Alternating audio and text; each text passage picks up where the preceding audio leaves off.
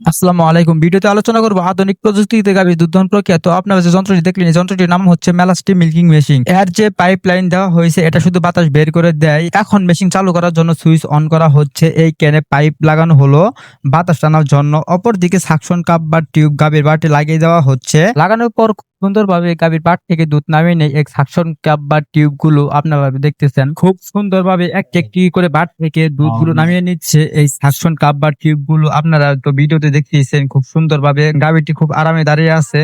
কোনো প্রকার নাড়াচাড়া বা কোনো ক্ষতি করার সম্ভাবনা নাই এই মেশিনের সাহায্যে গাভী দুধ দহন করার ফলে। তো এই গাভীটি হচ্ছে হলিস্টেইন ফ্রিজিয়ান জাতের একটি বড়সড় গাভী। গাভীর বাট থেকে সরাসরি দুধগুলো এই বড় একটি কেনে আসছে। গাভীর বাটে দুধ প্রায় শেষের দিকে। তো আমরা ইতিমধ্যে মেশিনটি খুলে ফেলবো যেহেতু গাভীর বাটে দুধ শেষ।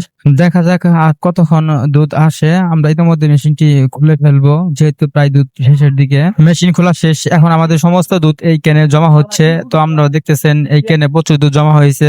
আমরা এই ক্যান থেকে দুধটি বাজারজাত করার জন্য একটি ড্রামে করে বাজারে নিয়ে যাব। ভিডিওটি ভালো লাগলে লাইক কমেন্ট শেয়ার করতে ভুলবেন না। ভিডিওটি চ্যানেল থেকে দেখলে সাবস্ক্রাইব করুন আর পেজ থেকে দেখলে ফলো করুন। ধন্যবাদ। দেখা হবে আবার নতুন কোনো ভিডিওতে।